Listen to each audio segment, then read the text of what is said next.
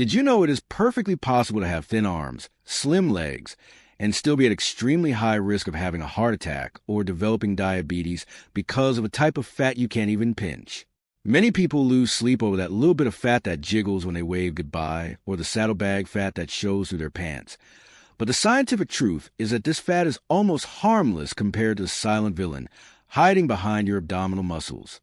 Today, I'm going to show you why losing belly fat isn't just a matter of vanity or looking good for the summer. It's actually a survival strategy.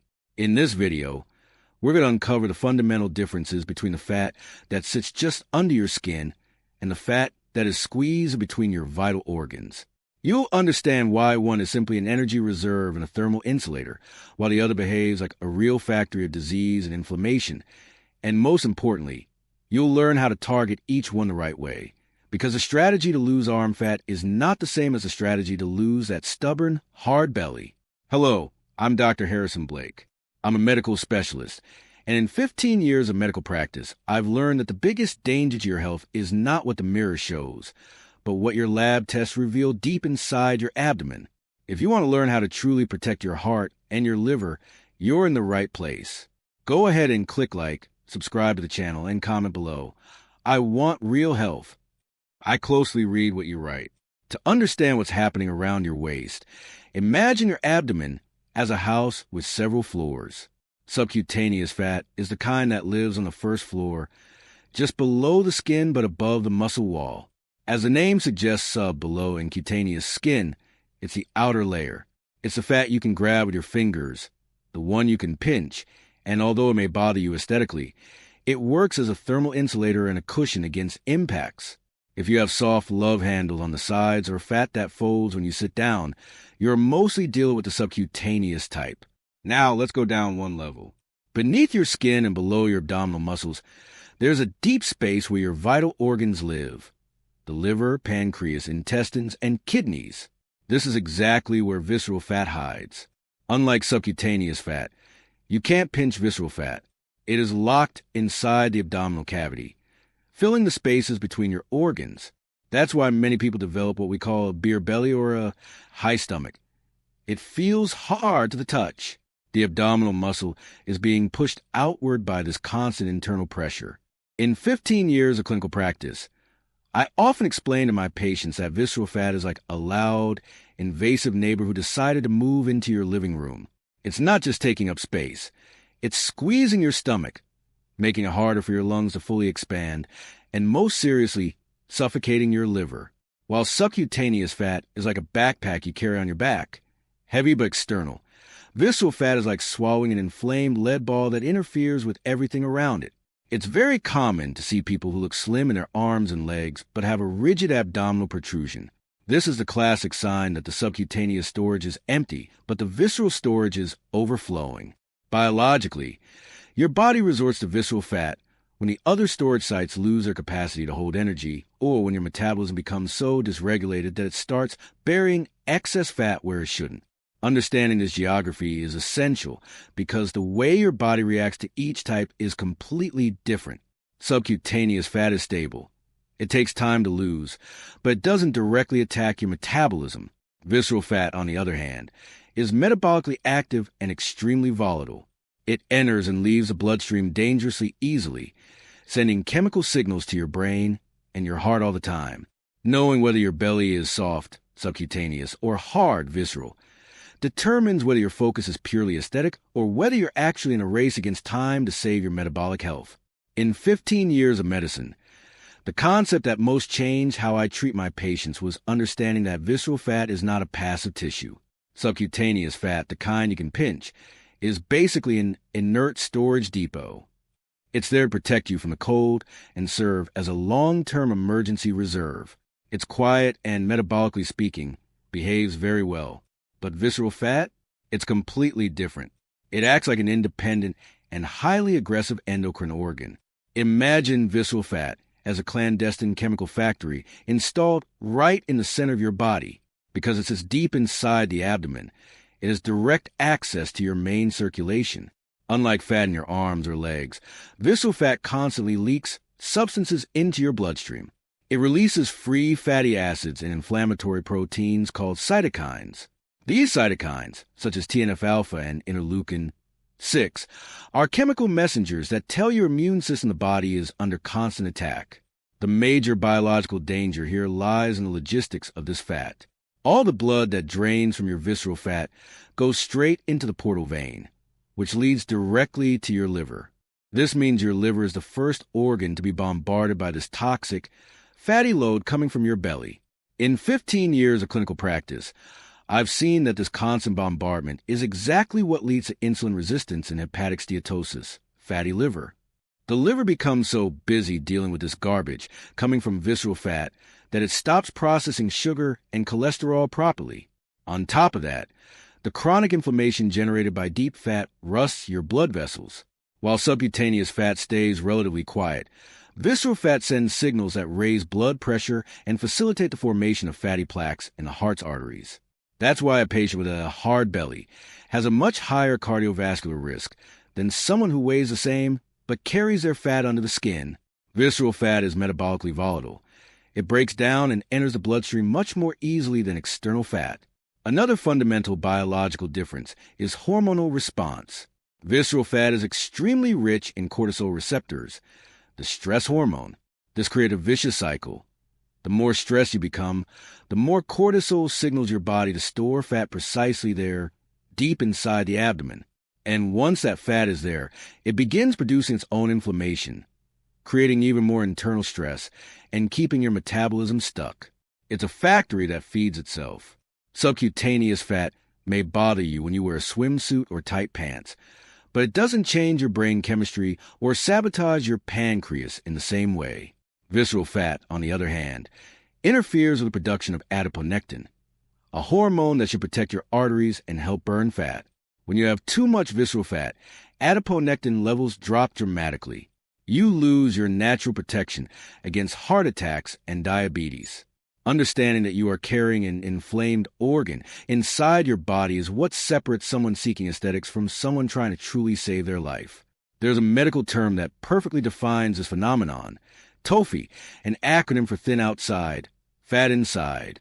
In 15 years of clinical practice, I've learned that this patient profile carries the greatest risk precisely because they live under a false sense of security. Since the number on the scale is within the normal range and their clothes still fit, they assume they are healthy. But when we look inside through MRI scans or bioimpedance, we see that their organs are immersed in visceral fat. Why does this happen? Some people have genetics that limit their ability to store fat under the skin. You know that person who eats everything and never develops love handles or cellulite. It may seem like a dream, but metabolically it can be a nightmare. If your body cannot expand subcutaneous fat cells, it has nowhere to store the excess energy coming from poor diet or physical inactivity. The result is that the body begins to spill that fat inward, infiltrating the liver, pancreas, and heart. The skinny fat person usually has thin arms and legs, low muscle mass, but a belly that, although not huge, is persistent and firm. The danger here is that visceral fat, as we've seen, is highly inflammatory. While someone with obvious obesity has their fat distributed and the body's somewhat adapted to that load, the skinny fat individual has a metabolism that was not designed to carry fat. Even a small amount of visceral fat in this profile can cause major damage to insulin sensitivity. In 15 years of medicine, I've seen many skinny fat individuals suffer sudden heart attacks or discover type 2 diabetes out of nowhere. It wasn't out of nowhere. It was a silent accumulation of visceral fat that the mirror never showed. This profile is usually the result of a combination of poor diet, high in sugars and trans fats, and complete physical inactivity. Without muscle to burn glucose, the body has no alternative but to bury that energy deep in the abdomen. Another critical factor for the skinny fat individual is stress. Because they don't gain visible weight, they tend to neglect sleep and recovery, raising cortisol levels. Cortisol, as we discussed earlier, is the magnet for visceral fat. It grabs any available reserve and throws it straight into the center of the body. That's why stress at work might not make you fat, but it can make you pot-bellied and leave your arteries inflamed. The visceral fat of the skinny fat individual is chemically more active and unstable than that of someone with balanced overweight. The biggest clinical challenge with TOFI is perception. It's difficult to convince someone who considers themselves thin that they need to drastically change their diet and start lifting weights. But the truth is that for your heart, your clothing size doesn't matter. What matters is how much fat is squeezing your coronary arteries. If you have thin arms, but your belly is starting to push out over your waistband, you need to act now. False thinness is a disguised disease used to progress unnoticed. Identifying it early is what separates healthy aging from a preventable medical emergency. Many patients come to my office worried about the number on the scale, but I always tell them, the number on the scale is the least important information we have. What truly matters is the composition of that weight. There are 3 simple tests you can do right now to determine whether your fat is mainly subcutaneous or the dangerous visceral type. The first is the pinch test. Stand in front of the mirror and try to grab the fat on your belly with your thumb and index finger. If you can hold a soft layer of fat that folds easily between your fingers, congratulations, that's subcutaneous fat. It sits outside the muscle wall. But if your belly protrudes and when you try to pinch it, the skin feels thin, and you sense something rigid and tight underneath that you cannot grab, that is a classic sign of visceral fat.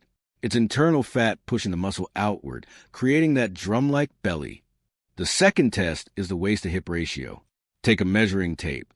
Measure the circumference of your waist at the level of your belly button, and then measure the circumference of your hips at the widest point.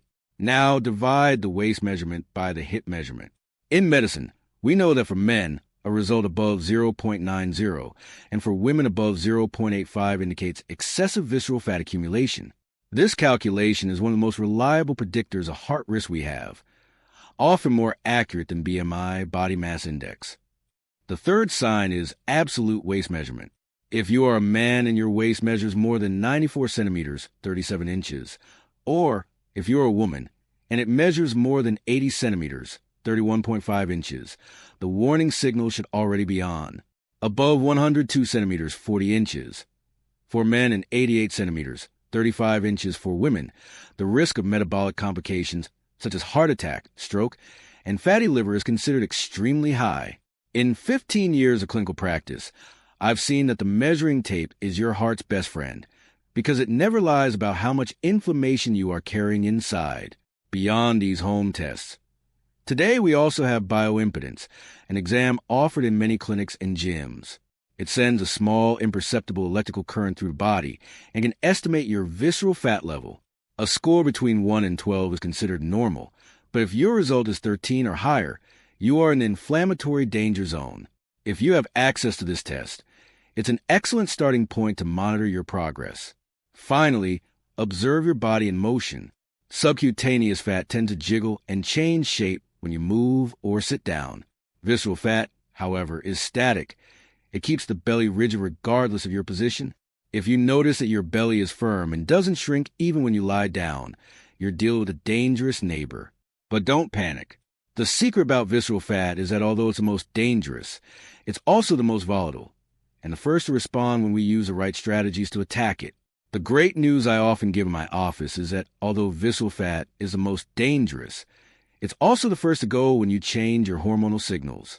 Because it is metabolically very active and sits close to the liver, the body uses it as fuel much more easily than subcutaneous fat.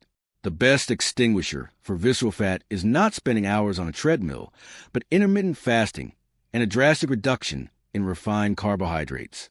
When you stop giving your body insulin spikes, visceral fat becomes the first reserve your body begins to melt to keep vital functions running. Another powerful weapon against deep fat is HIIT high-intensity interval training. Short bursts of maximum effort signal to the body that it needs immediate energy, and visceral fat is the fastest source available. In addition, the focus must be total on sleep health. As we saw earlier, cortisol is the magnet for belly fat. If you don't sleep and live under constant stress, you can follow any diet you want. Your body won't release visceral fat because it feels under threat. Here the battle is metabolic and hormonal. Subcutaneous fat, the kind you can pinch, is much more stubborn. It is your body's long-term storage, a safe that the body opens only as a last resort. To eliminate this external fat, the secret is sustained caloric deficit combined with strength training. While visceral fat responds to rapid hormonal signals, subcutaneous fat responds to energy balance over weeks and months. Strength training is crucial here because by building muscle, you increase your resting metabolism, forcing the body to draw energy from that external reserve to maintain the new muscle mass. Often patients become discouraged because the scale doesn't go down, but the measuring tape shrinks. That's a sign you're losing visceral fat, which is light, but occupies space and causes inflammation, while maintaining or gaining muscle.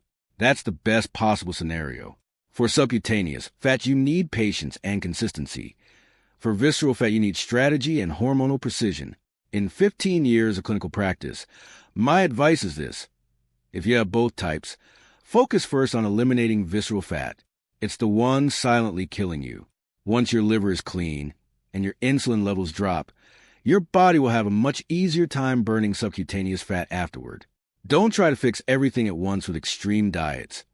Treat the internal inflammation first, and the external aesthetic result will come naturally as your body begins functioning properly again.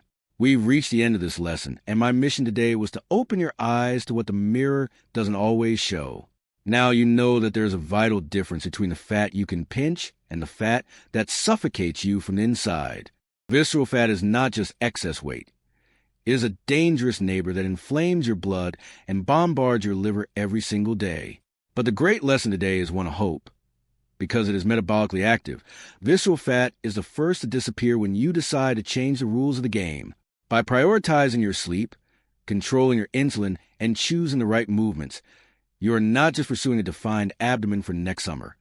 You are cleaning your arteries and guaranteeing more years of life with quality. True weight loss begins from the inside out. I'm Dr. Harrison Blake. If this video helped you understand what truly matters for your longevity, don't keep this information to yourself. Share it with someone you love. Leave a like, subscribe to the channel, and comment below. I will defeat visceral fat. Remember, your body is your greatest asset. Take good care of it. I'll see you in the next video.